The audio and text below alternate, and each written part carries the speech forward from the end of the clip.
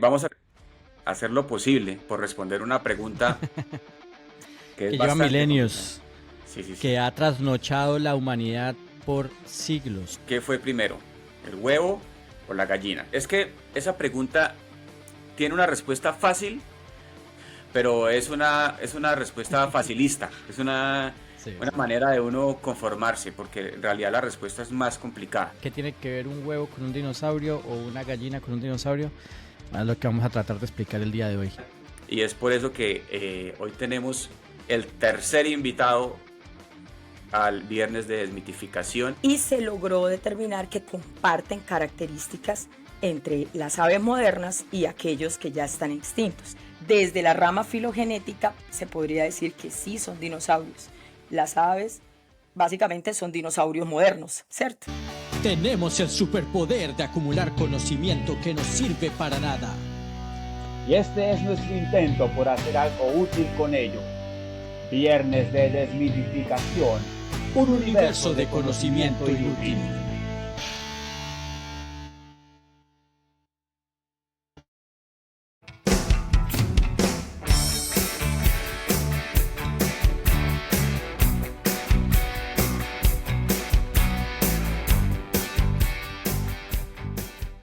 Muy buenos días, tardes o noches a todos nuestros oyentes. Hoy tenemos un nuevo capítulo de Viernes de Desmitificación, BDD Podcast.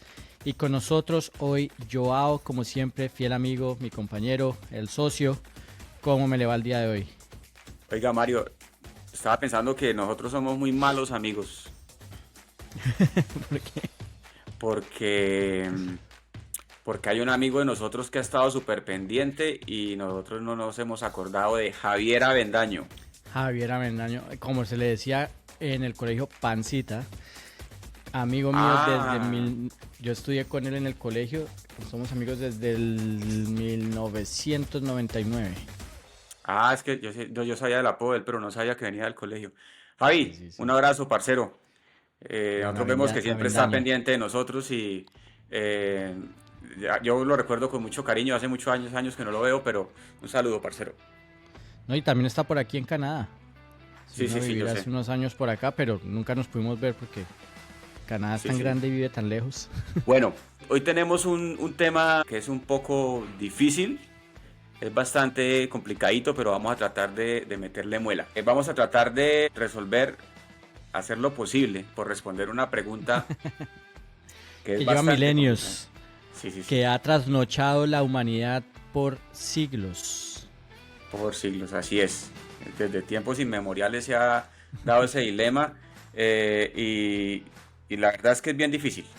Y esa pregunta es, ¿qué fue primero? ¿El huevo o la gallina?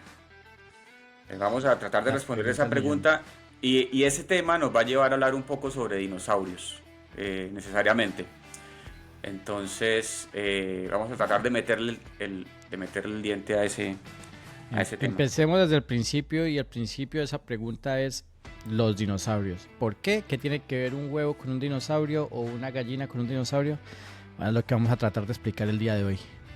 Sí, y eso viene de lo siguiente, es que esa pregunta tiene una respuesta fácil, pero la respuesta fácil realmente es lo que nosotros llamaríamos, no mentira, no voy a decir palabras feas, pero es una respuesta facilista, es Sí, una sí. manera de uno conformarse, porque en realidad la respuesta es más complicada.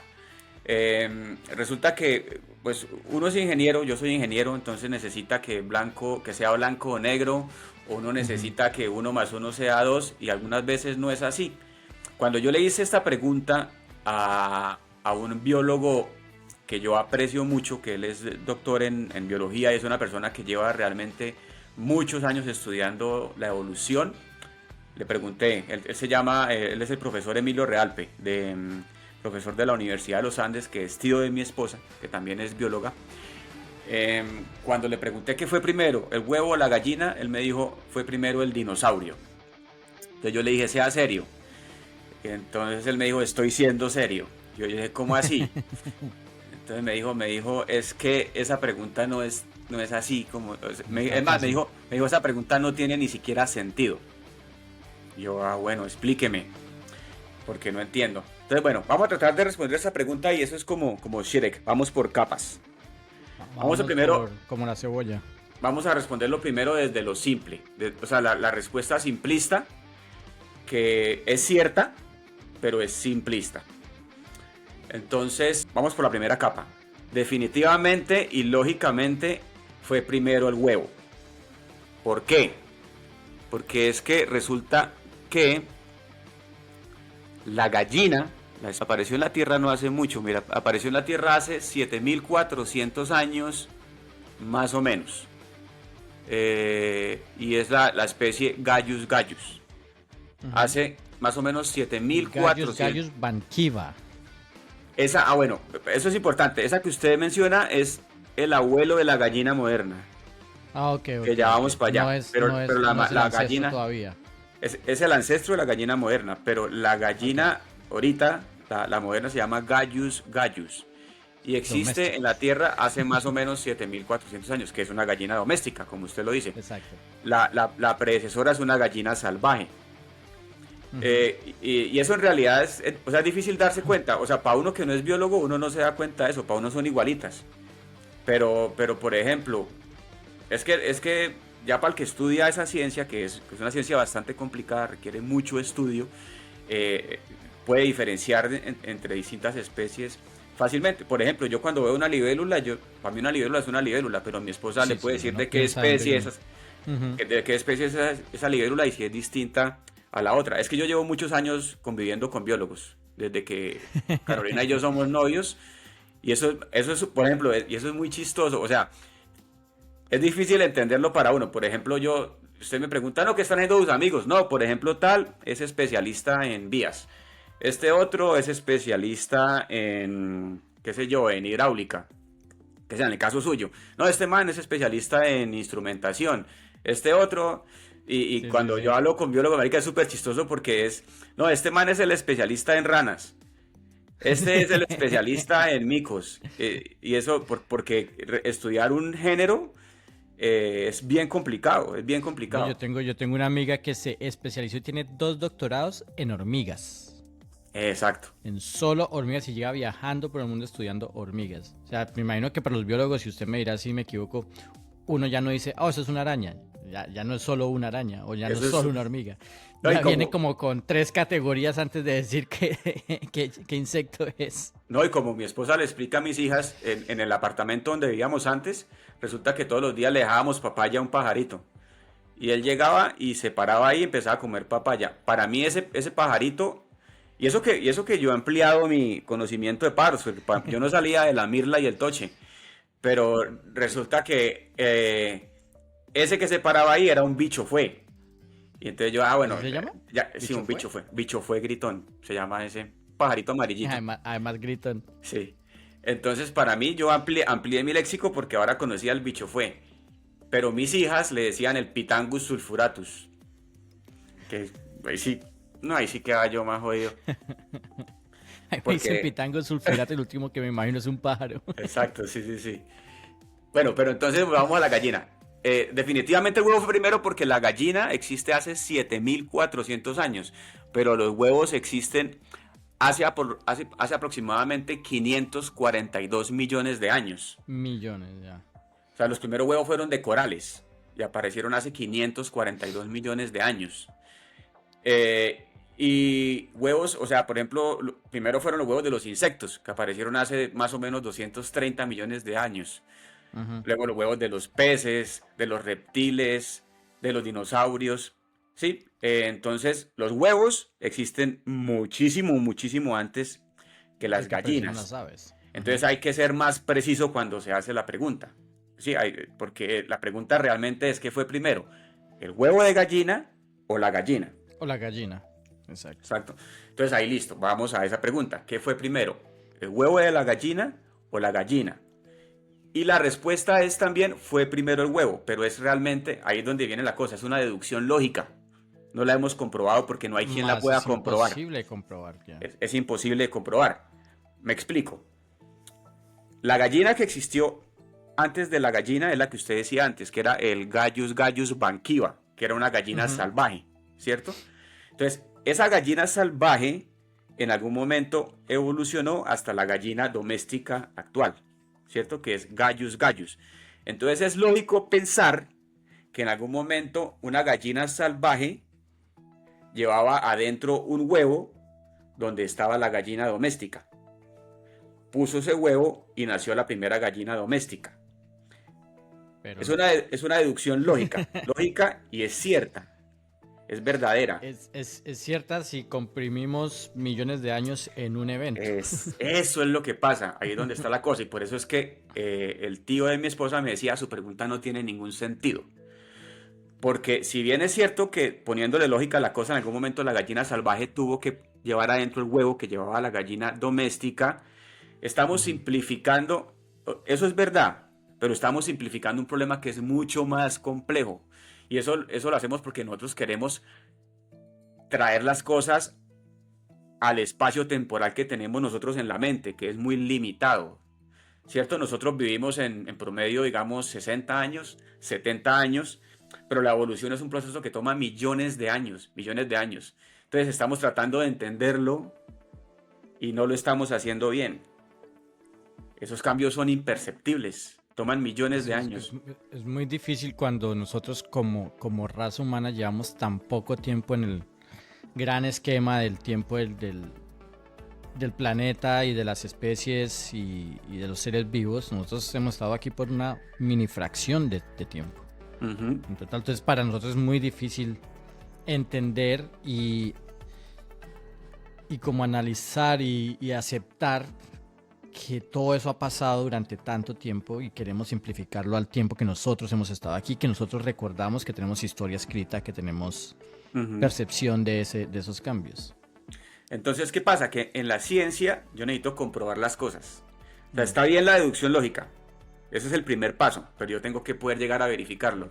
Y si usted me cuenta quién, porque me ha dicho el científico que me diga en qué momento fue que la gallina doméstica puso un huevo, perdón, en qué momento la gallina salvaje puso el huevo de la gallina doméstica, ese man se gana para mí de una vez 10 premios Nobel, o sea, se los doy de una vez facilito, facilito. Pero no creo que exista la persona que me pueda decir cuándo exactamente pasó eso y que pueda comprobarlo, ¿sí me entiende? Entonces... Pues yo leí que era el 1 de julio del año... No, mentiras. No, del año... sí, hace... del año 7000 antes de Cristo. Sí. Entonces, ahí es donde está la vaina. Eso es imposible. Entonces, ahí es donde viene la respuesta que me dio el tío de mi esposa. Que realmente yo le creo, porque es una persona que lleva por lo menos unos 30 años estudiando la evolución. No, y tiene lógica lo que dice.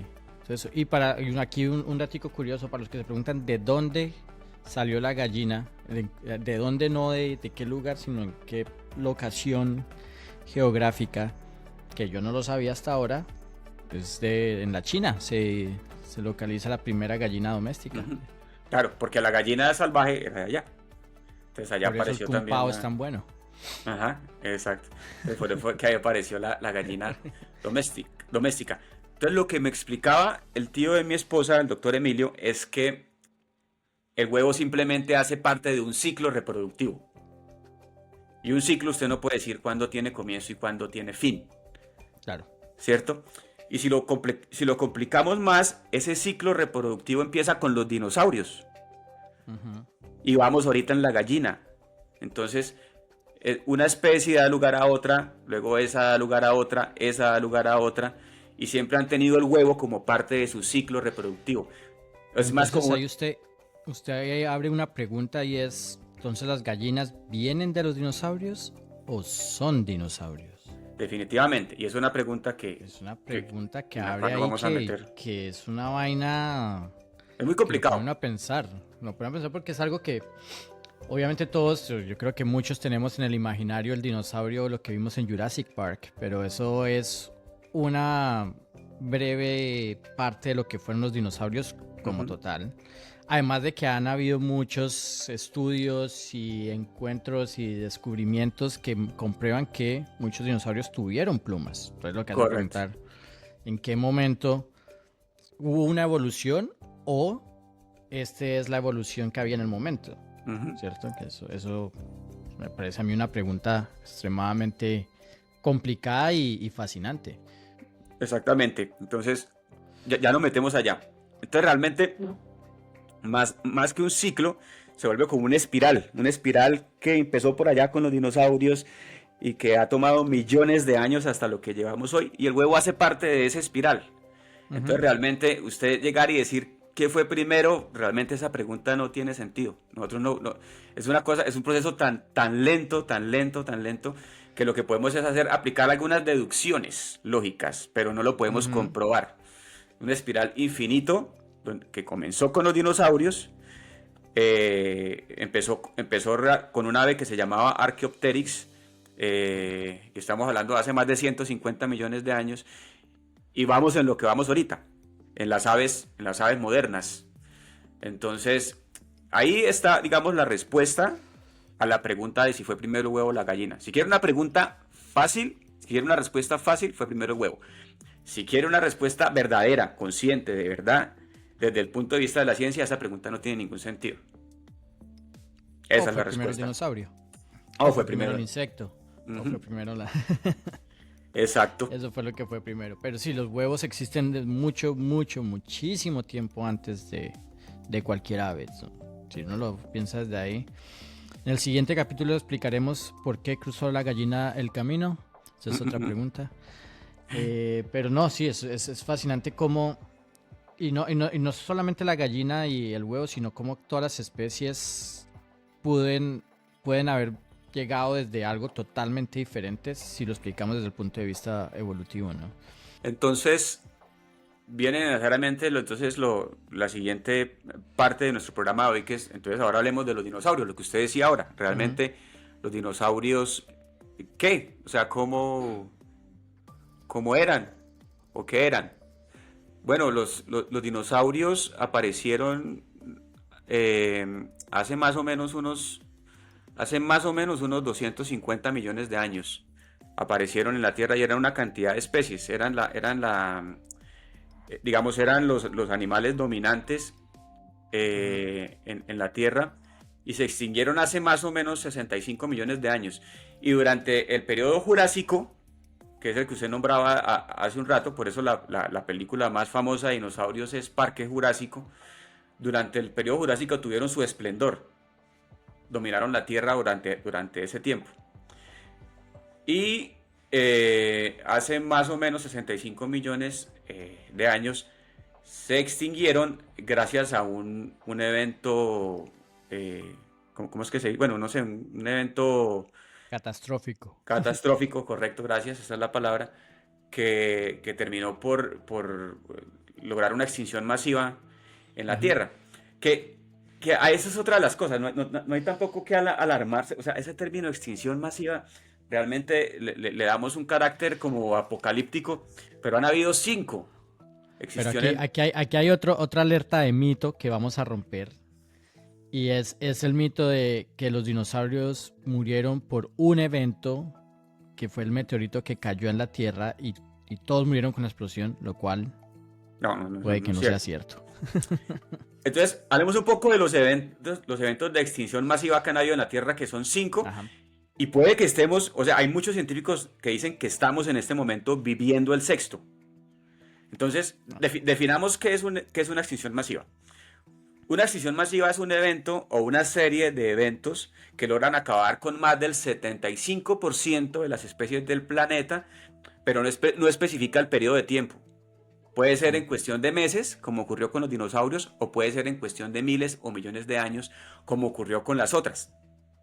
Sí. Las 2 primeras extinciones masivas que ocurrieron en la Tierra, la primera fue hace 439 millones de años, y la segunda fue hace 367 millones de años. Lo que pasa es que en ese entonces la vida estaba en el mar, ¿cierto? Entonces fueron causados por glaciaciones que cambiaron la temperatura del mar y llegaron hasta congelarlo. Entonces acabaron con más del 75% de las especies que en realidad estaban en el mar, ¿cierto? El primero ocurrió por una explosión de una supernova, el que fue hace 439 millones de años, o sea, una estrella más grande que el Sol, por allá a no sé cuántos millones de años luz, pero que al explotar causó cambio climático en la Tierra. Entonces hubo una glaciación y acabó con la vida que estaba mayoritariamente en el mar. Sí. La segunda, que fue hace 367 millones de años, fue otra glaciación que ocurrió, no tenía que ver con la explosión de nada, fue una glaciación que ocurrió porque el ángulo el cual se orienta la Tierra con respecto al Sol también puede causar glaciaciones, y esos son procesos naturales. Y le voy a hacer un paréntesis ahí, es algo muy curioso. Justo estaba leyendo la semana pasada, hace 2 semanas, antes de que nos pusiéramos de acuerdo en este tema y empezáramos a estudiarlo, justo leí un artículo que puede romper muchos mitos, y es: las glaciaciones no pasaron, como las extinciones masivas, no pasaron en un solo evento. Pasa cuando, igual que las extinciones masivas, empieza a haber una serie de eventos Exacto. que empieza a crear esas condiciones. Entonces, por ejemplo, con la extinción masiva, como estamos diciendo, no es algo que pase inmediato, sino es algo que va pasando hasta que se acaba. Igual la glaciación. Ese ángulo de diferencia que la Tierra tomó con el Sol fue haciendo que el invierno, cuando se congelaba, después llegaba el verano, no alcanzara a derretir toda la nieve o el hielo que se había creado, y después llegaba el segundo invierno y empezaba a crear una capa encima de eso que había quedado el año pasado, y así sucesivamente hasta que llegó el punto donde habían tantas capas de hielo y tantas capas de nieve que ya fue imposible para la Tierra o para los seres vivos sobrevivir, porque ya estaba muy congelado y ya se crearon suficientes capas que crearon los glaciales, que crearon Exacto. todo eso. No llegaba la luz, no llegaba, no penetraba. Exacto, entonces llegó al punto con que ya no había reversa, hasta que volvió a cambiar ese ángulo y empezó a pasar lo contrario. Empezó a derretir más de lo que congelaba el siguiente invierno. Y así, no estamos hablando de una temporada, de un año, de que este invierno, no, esos son millones de años donde el ciclo cambia y empieza a derretirse más de lo que se congela, y así se fue derritiendo y así llegamos a donde estamos ahorita. Pero lo mismo, no son eventos de un día, de un año, de un asteroide que en un segundo cambió todo, no, son cosas que van cambiando en tantos millones de años que sí, bueno, es diferente al concepto que tenemos nosotros de tiempo y todo, ¿no? Exacto. Y fíjese que la tercera extinción masiva fue causada también por un meteorito, no es la de los dinosaurios. Fue causada también por un meteorito, y esa es la extinción masiva más grande que ha ocurrido en el planeta, porque es que resulta que ahí ya habían vertebrados grandes terrestres. Entonces, esa extinción acabó con el 81% de las especies marinas y con el 70% de las especies terrestres. Ese ha sido la extinción más grande que ha habido en el planeta, fue esa, hace 251 millones de años. Esa fue la de la ardilla cuando estaba tratando de poner la nuez en la tierra. Esa fue, bueno, la era de hielo fue hace 150, no, fue hace 150.000 años, ya había humanos, fue hace 150.000 años. O sea, realmente fue hace poco, la era de hielo fue hace realmente poco. Esa fue la última. La última glaciación, correcto. La cuarta extinción masiva fue hace 201 millones de años, que fue cuando se fragmentó la Pangea. Acuérdese que antes estaba todo, en un solo continente. Cuando se fragmentó, entonces hubo muchas erupciones volcánicas que cambiaron la temperatura del planeta y causaron la formación de gases tóxicos. Y entonces se murieron, pero los animales se murieron a lo largo de miles de años. De esto que le estoy hablando. Ahí volvamos a lo que empezó. No fue era un calor el hijo de pucha. No fue en sí la caída del meteorito, ni fue en sí solo un evento, sino esa caída del meteorito causó que el ciclo cambiara. Entonces, lo que pasó en la cuarta fue que al abrirse la Tierra en distintos continentes, se aumentó la temperatura del planeta enormemente, y entonces los animales se morían del calor. Pero eso es un proceso que tomó miles de años. ¿Cierto? Es el efecto invernadero. Algo así, algo parecido. Algo así. Y cuando vino la quinta, que fue hace 65 millones de años, que fue cuando se murieron los dinosaurios, fue también por una serie de eventos que inició con un meteoro, pero es que esa sí fue muy rápido, o sea, pasó muy rápido. ¿Qué fue lo que pasó? Que cayó el meteoro y, claro, cuando cayó, pues, claro, el totazo mató una cantidad de una vez, pero no causó extinciones, causó muertes. Una extinción es distinto, porque una extinción quiere decir que hay tantas muertes y tan pocos nacimientos que termina por... Llega un momento en el que ya no hay nacimientos. El y se extingue diferencial la entre especie. muertes y nacimientos es que no alcanzan a recuperar la cantidad de Pero muertes. en el caso del meteorito claro, levantó una nube de polvo que tapó el sol. Entonces, como no penetra la luz solar, no hay energía. O sea, los consumidores primarios y los que producen energía son las plantas, ¿cierto? Los productores primarios de energía y las plantas reciben la luz del sol, la convierten en energía y luego vienen los animales y se alimentan de las plantas. Entonces, al no haber luz solar, pues no hay plantas, entonces no hay que comer. Entonces, los herbívoros grandes no tienen que comer, los carnívoros entonces también luego no van a tener herbívoros que comer, Claro, y se se rompe acaban el las ciclo. especies. Se Ujú. rompe el ciclo y aparte había un efecto invernadero tremendo. Entonces, en pocos meses se murieron más del 75% de las especies del planeta. Eso fue lo que ocurrió cuando se extinguieron los dinosaurios. Pero Obviamente entonces, los animales, los dinosaurios más grandes fueron los primeros en morir porque eran los que más energía necesitaban. ahora ahí viene una pregunta importantísima, que es, ¿los dinosaurios sí se extinguieron? Y es una pregunta también muy difícil, porque depende de la rama de la biología que responda a esa pregunta. ¿Por qué? Porque es que la biología, o sea, definitivamente las aves modernas vienen de los dinosaurios. Y eso se comprobó cuando se encontró en Alemania hace realmente poco. Sí, bueno, encontraron un fósil 1861. en 1861. Entonces encontraron un fósil de un animalito que bautizaron Archaeopteryx. Ujú. Resulta que las pruebas científicas, que yo imagino que esas pruebas las hacen, yo he escuchado que la prueba para determinar qué tan viejo es algo se llama la prueba del carbono 14, no sé si fue esa, Carbono pero 14. el caso es que determinaron que ese fósil era de hace 150 millones de años, o sea que vivió en el tiempo de los dinosaurios. Exacto. Y lo más importante, tenía plumas. Acá le vamos a colocar una fotico del fósil donde se puede ver que es que ahí está la formita de las plumas. Está la formita de las plumas. Entonces ahí dice, bueno, ¿cómo así? O sea, este animal vivió en el tiempo de los dinosaurios y tenía plumas. Eso hizo reformularse una cantidad de hipótesis a los científicos, porque entonces realmente hace preguntarse cómo eran los dinosaurios. Nosotros tenemos una imagen en la mente que es la que nos vendió Jurassic Park, Claro. que eran como grandes lagartos. Pero Ujú. resulta que sí habían unos que eran grandes lagartos, pero había otros dinosaurios que eran emplumados. Emplumados. Por ejemplo, una de No, las dicen, grandes... y puedo estar equivocado, dicen que el Velociraptor que sale en Jurassic Park realmente era emplumado. Realmente el Velociraptor realmente era emplumado.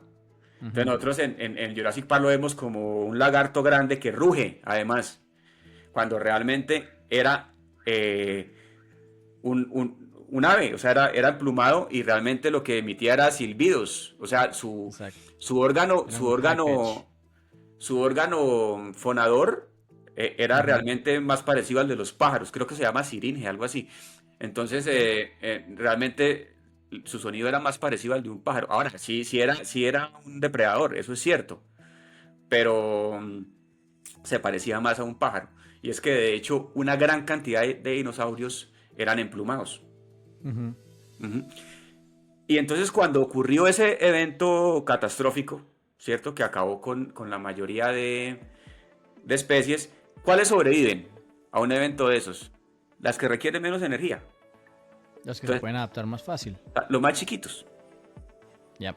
Los más chiquitos, los que necesitan menos comida para vivir, pues son los que sobreviven. Ujú. Entonces sobrevivieron algunos de esos dinosaurios Emplumados. emplumados y son los que evolucionaron a lo largo de millones de años y dieron lugar a las aves modernas. Entonces ahí la pregunta es, ¿las aves evolucionaron a partir de los dinosaurios o son dinosaurios? O son dinosaurios. Eso es... Y ahí es donde entonces a mí se me complica un poco la pregunta porque pues es un ingeniero. Igual Entonces, acá. sí, entonces aquí toca recurrir a una persona que realmente haya estudiado más a fondo la biología y es por eso que hoy tenemos el tercer invitado al viernes de desmitificación. ¿Va a usar la ayuda de llamar a un amigo?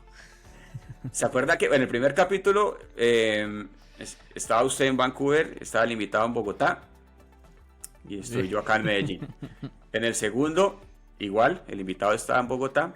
En Y segundo yo esta estaba en vez, Houston. esta vez el invitado está a 2 metros míos, que es mi esposa, que ella sí La super bióloga.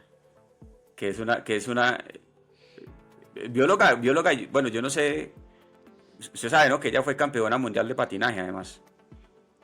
Bueno, entonces... Conocido aquí en los círculos en los que me muevo en Vancouver, ya que tenemos varios de las ligas por acá y las Sí, recuerdan sí. mucho. Ah, cierto. Ah, sí, usted me contaba que por allá... Sí, debe ser, ese patinador que está allá debe ser amigo de mi esposa, Sí, seguramente. Bueno, entonces les presento a la máster en biología Carolina Garzón, ex campeona mundial de patinaje, pero hoy vamos a hablar de biología. Pero lo Ella es más difícil que ha hecho en su vida es aguantarse al Sí. llevado por todos estos años y criarle dos Eso hijos. sí, ahí sí. Ese es su mayor logro. Eh, entonces, con ustedes, Carolina Garzón, máster en biología, y que nos va a explicar un poco por qué, dependiendo de la rama de la biología que lo estudie, las aves pueden ser dinosaurios o no. Mario, buenos días. Hola, Carito. ¡Qué alegría! Bienvenida. Gracias Ya por la era hora, ya era hora invitación. que te tuviéramos por aquí en el podcast, hacía falta. Sí, no, muy contenta. Muchas gracias por tenerme pues en cuenta, por poder participar en este capítulo. Me encanta poder apoyar también esta interesante iniciativa que han tenido ustedes para podernos instruir un poco. Gracias, No, bueno, Mario. ahí intentamos con lo poquito que sabemos, pero menos mal tenemos expertos que podemos invitar. Tú nos vas a ayudar a responder si las aves vienen de los dinosaurios o son dinosaurios. Una pregunta muy, muy buena, de hecho, ¿cierto? Porque resulta que dentro de la biología, pues existen varias, como varias ramas, ¿cierto? Hoy puntualmente me voy a referir a dos, que son la taxonomía clásica y la filogenia. Y dependiendo de ellas, pues vamos a mirar por qué sí podríamos decir que las aves modernas son dinosaurios o por qué desde otro punto de vista no se podría, pues como decir contundentemente que es así. Entonces voy a empezar a explicar un poquitico qué es la taxonomía clásica, ¿cierto? Básicamente es un método, todos los seres humanos necesitamos organizar y clasificar. Entonces, de acuerdo a ello, se creó este método de la taxonomía clásica en la cual se generan una serie de categorías que van desde la más general, como el reino, lo que nos enseñan incluso en el colegio, que es reino, clase, orden, Animal, familia, vegetal, eso, fungi. exacto. Y va de lo más general a lo más específico, siendo la especie lo más específico, ¿cierto? Si hiciéramos como una comparación geográfica, sería algo así como las ciudades, todas las ciudades pertenecen a distintos departamentos. Los departamentos pertenecen a un país, ¿cierto? Entonces vamos viendo que hay más ciudades que departamentos, menos departamentos que las ciudades y así. Y un país a medida que va haciéndose más general, pues es menos, exacto, es menor el número Sí, claro. de categorías. Hay muchas ciudades en un departamento, hay varios departamentos en un país. En un país, etcétera. Eso es así. Entonces, la cuestión sería así. La taxonomía es un método que utiliza las características, incluso cosas comportamentales, dentro de los grupos de seres vivos y los va encasillando o agrupando de acuerdo a ello y metiéndolos en las categorías que acabo de mencionar, ¿cierto? Otro de los elementos, otra de las herramientas que se utiliza es la filogenia. A diferencia de la taxonomía clásica, la filogenia utiliza la reconstrucción evolutiva, es decir, ella busca relacionar y hacer relaciones de parentesco entre los individuos de un grupo, por ejemplo, y mirar como la relación de ancestría, es decir, que vengan de un ancestro común. un ancestro. De acuerdo a ello, y de acuerdo a esa rama pues de la filogenia, por ejemplo, en el caso de los dinosaurios, entre ellos tenían muchos primos, ¿cierto? Algunos de ellos pues se extinguieron ya por lo que yo acabo de mencionar, toda esa historia muy interesante además de que en ese momento se extinguieron, pero algunos de ellos evolucionaron, ¿cierto? Y se quedaron, evolucionaron y básicamente dieron origen a lo que tenemos hoy día como las aves, ¿cierto? ¿Cómo sabemos eso? Porque precisamente la filogenia utiliza elementos como la datación fósil, como la estructura ósea de algunos que se han encontrado, que él ya mencionó ahorita, por ejemplo el Archaeopteryx, y se logró determinar que comparten características entre las aves modernas y aquellos que ya están extintos. O sea que esta categorización va más desde la parte física aparente, digámoslo así. No, eso sería en la taxonomía. En la filogenia, okay.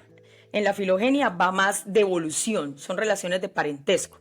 Entonces, mi papá tuvo 2 hijos, esos 2 hijos tienen otros hijos y se va mirando como qué características que hay entre lo extinto y lo vivo van quedando y se van uniendo de esa manera. O sea, ahí busca relaciones de parentesco y de evolución. En algún momento también se usa la parte de ADN.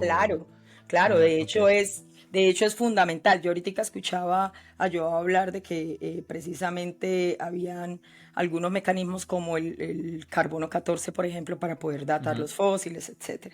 Y son herramientas que se utilizan para poder hacer eso. Antes, de hecho, ni siquiera la ciencia había avanzado, digamos, tanto para lograr tener esos instrumentos, esos elementos de base.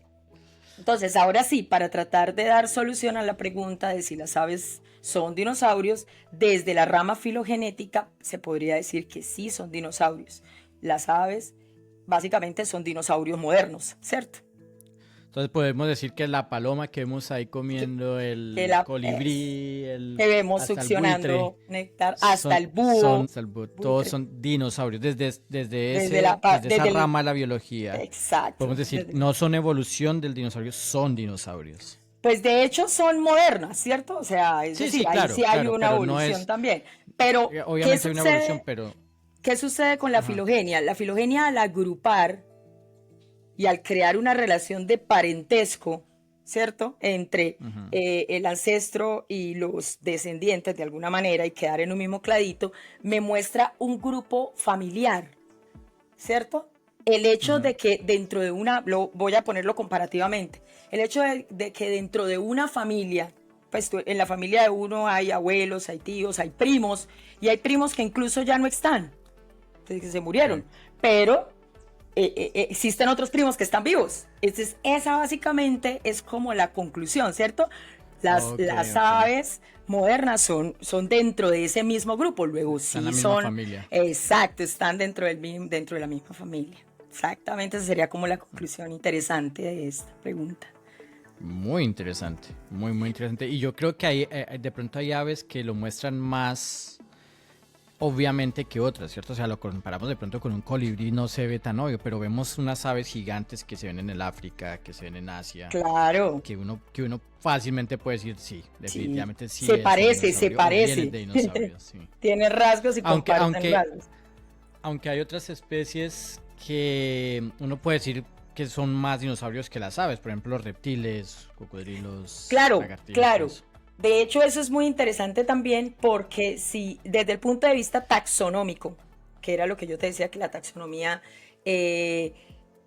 une de acuerdo a las características que va viendo, ¿cierto? Entonces, básicamente que los reptiles, los grandes dinosaurios, también tienen unas características que comparten, por ejemplo, no sé, con la tortuga, con los lagartos. Entonces ellos los agrupan dentro de un mismo grupo, ¿cierto? Por ponerlo de alguna manera.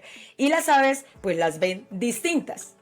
Las ven distintas a los otros, entonces simplemente las ponen en otro lugar, entonces las separan. Por eso decía yo que es dependiendo de la rama, pero como la filogenia incluye otro tipo de elementos como el ADN, biología molecular, comportamiento, otro tipo de elementos, les permite hacer una resolución ya encontrando esas relaciones de parentesco, de familia, que nos permite dar esa respuesta. Sí, no, y me encanta lo que decía Joao, de que nosotros hacemos estas preguntas que muchas veces la pregunta es tan simplística que realmente no tiene una respuesta, que es como el huevo o la gallina, o las aves, un dinosaurio, no, porque estamos en nuestro poco tiempo que hemos estado en el gran esquema del tiempo de la Tierra, no logramos entender lo que realmente significa ser parte de tal familia o haber evolucionado, porque son millones de años de proceso. Exacto, ¿cierto? y nuestra Entonces, mente no alcanza a hacer esa lectura.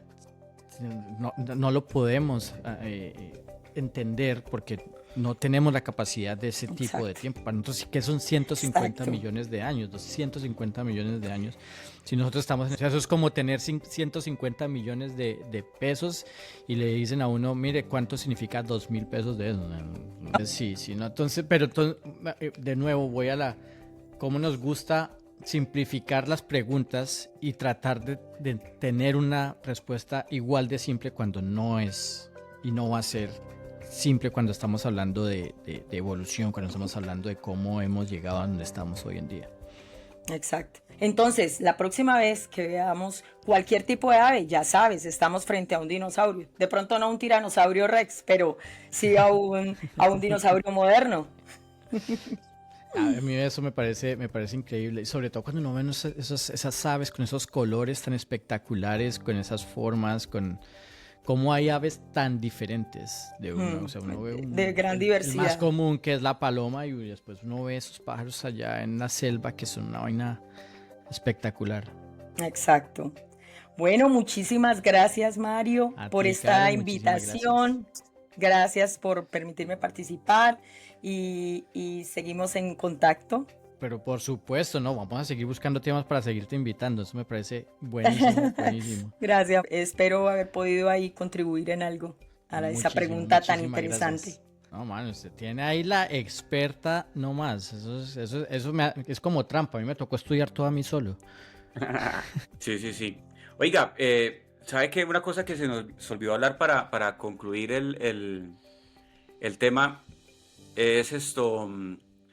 ¿Dónde está dónde está la evidencia de que eso pasó? ¿Cierto? O sea, de que ocurrió ese evento que acabó con la mayoría de las especies hace 65 millones de años. Eso me parece buenísimo, esa parte. Sí, que digamos, ese vestigio está en México, en la península de Yucatán.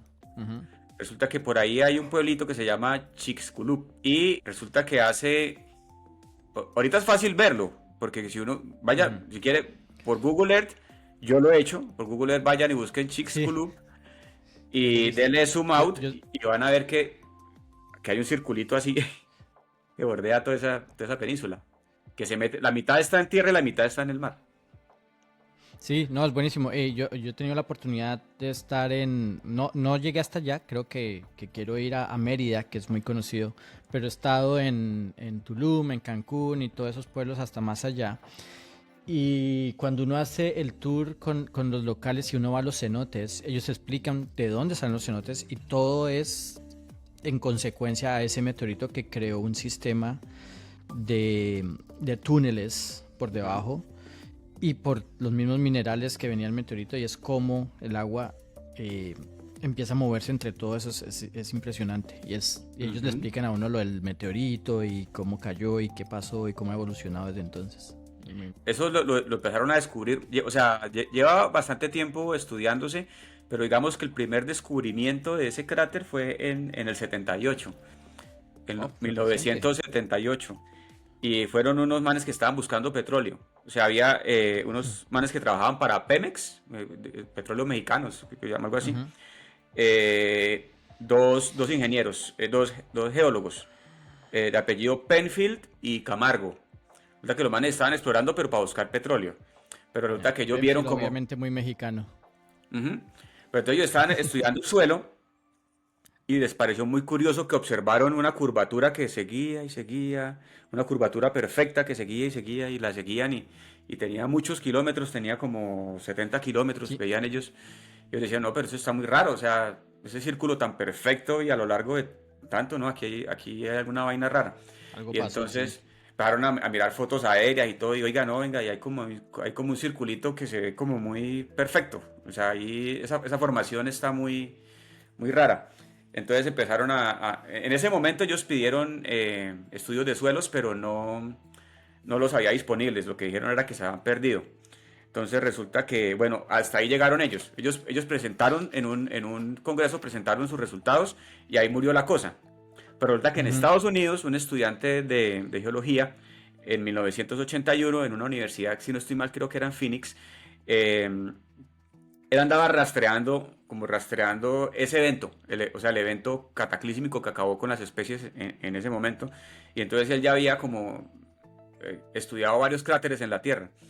Entonces, estudiando el de la península de Yucatán, encontró que allá había tectita. Tectitas son unos cristales que se forman cuando hay explosiones muy fuertes, pero explosiones que estamos hablando de bombas nucleares. Sí, sí. Entonces la tectita se forma o cuando un asteroide impacta la Tierra o cuando hay una explosión nuclear. Entonces encontró tectita ahí en Chicxulub. Entonces él también como que por su parte también concluyó, oiga, allá pudo haber sido. Algo pasó, algo. Sí. Entonces un periodista en el 90, investigando, encontró lo que ambos investigadores tenían como cosas así parecidas, entonces los puso a hablar y se reactivó esa investigación. Entonces ya hay mucha gente, o sea, muchos científicos que han estudiado ese cráter de Chicxulub. Hay una minoría que dice que no, de hecho hay una minoría que dice que eso nunca ocurrió, pero la gran mayoría de los científicos coinciden en que en Chicxulub fue donde se estrelló ese meteorito. Hay una minoría que todavía cree que la Tierra es plana, uno nunca sabe. Pero así dato curioso, ¿usted ha hecho la búsqueda en Google de Chicxulub? Sí. ¿La ha hecho? Ahí muestra, pero solo Chicxulub y Google le muestra una animación de la caída del meteorito. Uy, a nuestros oyentes háganlo para que vean que la animación que tienen en Google cuando buscan Chicxulub o Chicxulub Crater. Eso que usted llama, cuando ocultan cosas en internet, en medios digitales, y eso se enlaza con el tema de nuestro episodio pasado, o en los videojuegos, cuando ocultan cosas, eso lo llaman un huevo de Pascua. Un Easter egg. Que es para que lo encuentren los curiosos. Entonces eso tiene que ver con lo que hablamos de la Semana Santa. Exactamente. Entonces hoy respondimos... hoy los dejamos ahí la traeta para que hagan la búsqueda de Google y vean la animación y de qué estamos hablando. Si usted en Google, por ejemplo, escribe Askew, A-S-K-E-W, que quiere decir como torcido o algo así, la pantalla se le tuerce. Askew. A-S-K-E-W, se le tuerce la pantalla. Oh, yeah. Y creo... sí. Horrible. Y creo que si busca Mario Bros le aparece la monedita, o sea, el bloque al que él le pegaba para sacarle moneditas, algo así. Eso y hay uno de Pac-Man también. Sí, exacto. Se pone a jugar con Google. Se llaman huevos de Pascua. Bueno, creo que respondimos las preguntas o tratamos de hacerlo lo mejor posible, las preguntas por lo menos empezamos a crear más curiosidad sobre el tema y le dimos como unos indicios buenísimos. Primero, ¿qué fue primero, huevo o la gallina? Y segundo, si se extinguieron los dinosaurios. Como dice Mario, bueno, no pretendemos ser los expertos en nada, de hecho no lo somos. Simplemente investigamos un poquito, nos causó curiosidad y ahí les dejamos la espinita para que también busquen. Si estamos equivocados, nos corrigen. Es lo que nosotros hemos concluido. Sí, escríbanos qué piensan ustedes sobre este tema, les gustó, no les gustó, alguna corrección, sugerencia, o si ustedes realmente creen que las aves son dinosaurios o no, o realmente no lo creen, no creen que sea así, o sea una evolución o no, tal vez tampoco crean que sea así.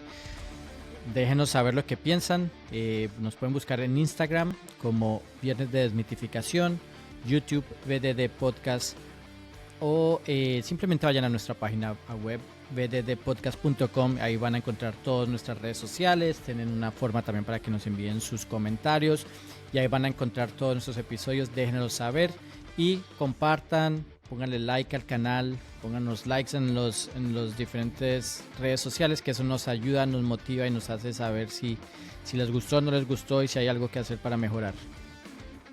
Amigos y amigas, muchas gracias por su compañía en un episodio más. Los queremos mucho, un abrazo grande y hasta el próximo episodio. Los queremos mucho. Chao, chao. Mario, como siempre, un placer. Chao, papá. Ah, lo mismo.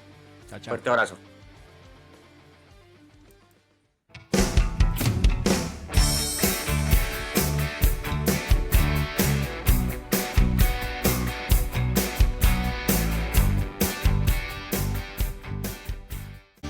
Tenemos el superpoder de acumular conocimiento que no sirve para nada.